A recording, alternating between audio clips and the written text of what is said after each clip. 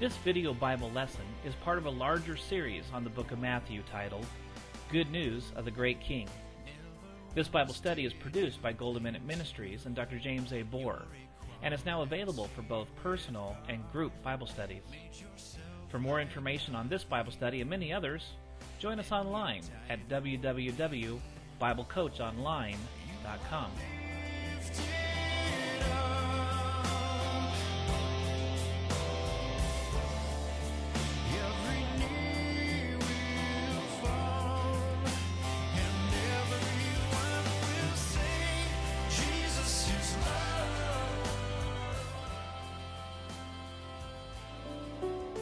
You may be seated, and we're delighted that you're here this morning.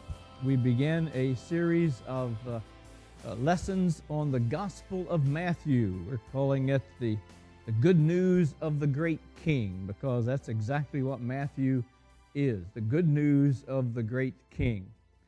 Just a word about the type of study we're doing. It really involves going over the same text some 4 different ways. It's an excellent way of studying the text together.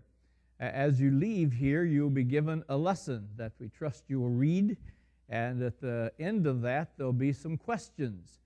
And the responsibility you have is to answer those questions using your Bibles, and hopefully using your Bibles alone. Some of the questions take you a little farther afield, but we trust that you'll simply use the biblical text. My suggestion is that you use a Bible that is not a study Bible. A study Bible has notes in it that kind of tells you what the text means, or at least what they think the text means. We would prefer for you to find for yourself what the text means. So we ask that you do not use a study Bible in your private lessons.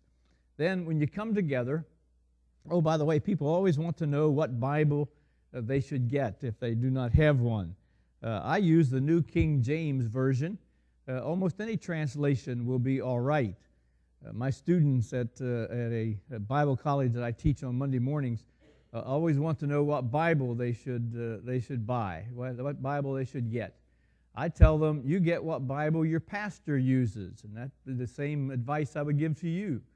You use the verse, use the Bible that your pastor uses. And if your pastor does not use the Bible, change churches. So that's the advice we give on that. After you have personally done the lessons, answered the questions from the text, then you'll come together for a group discussion, and the last thing you'll do today is to divide up into groups, get to know each other a little bit. Then you'll have a group discussion of the same questions. There are just a couple rules that we try to follow. One being that if you do not have a written answer to the question, then you sit silently. You'll still get a great deal out of the discussion, so we urge you to come even if you haven't done your lesson. But if you haven't done your lesson, we ask that you do not try to participate. What we have found is that people simply get into pooled ignorance at that point, and we'd rather you listen to the others, but trust that you will do lessons and have something from the text to say. Then when you come together, we will have a lecture, such as we'll start with this morning, but it will be the last 40 minutes or so of your study together, and I will give you a lecture from the same text. Then as you leave, you'll be given a lesson. So you have a written text, written lesson, you have individual study, you have group discussion, and you have a lecture, all on the same text. And after coming text 4 different ways like that, you usually find that you know it pretty well, or at least are on the road to knowing it, and that's what we trust that you will do. All the purpose of Bible study, the purpose of this kind of Bible study, the purpose of your pastor, the purpose of any other study that you do personally, all the purpose of Bible study is just one thing.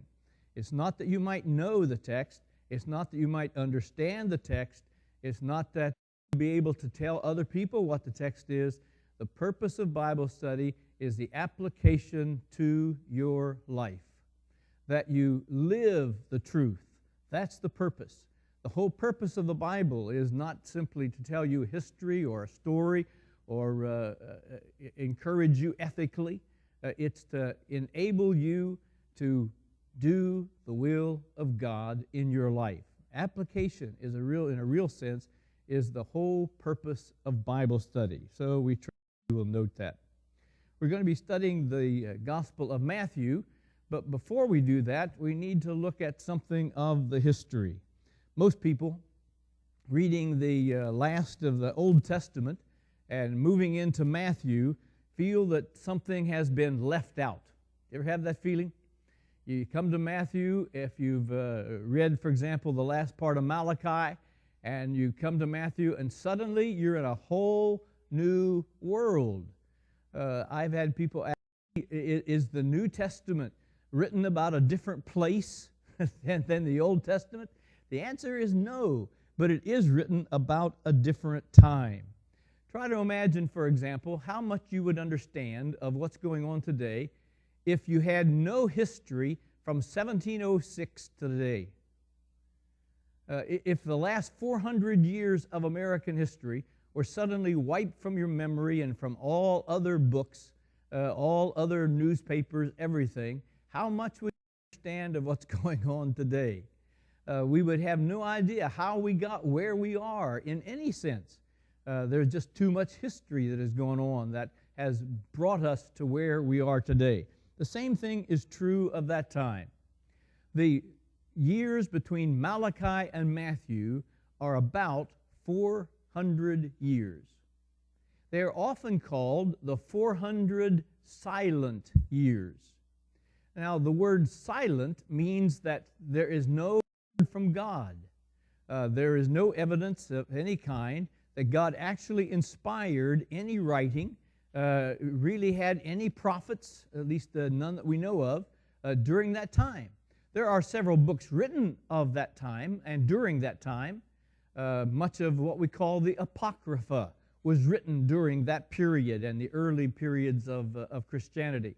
The book of Maccabees, for example, tells the exciting story of some of the history of that time. It was silent in the sense that God did not speak, at least to our knowledge, but it certainly wasn't silent historically. Much happened at that time. Most people do not know anything about that. But then again, most people don't know anything about the Bible. I picked up the student bloopers. Aren't those always fun? They claim they're genuine, authentic, and unretouched. None, of course, was written by any of your children or any school that you know of, but they claim this is what they wrote. Bible stories by the young scholars around the world they collected. Here's the first one. In the first book of the Bible, Gwyneth says, God got tired of creating the world, so he took the Sabbath off. Adam and Eve were created from an apple tree. Noah's wife was called Joan of Arc. Noah built an ark which the animals came on to in pairs, P-A-R-S. Lot's wife was a pillar of salt by day, but a ball of fire by night. The Jews were proud people, and throughout history they had trouble with the unsympathetic genitals. Samson was a strong man who let himself be led astray by a Jezebel like Delilah. Samson slayed the Philistines with the axe of the apostles.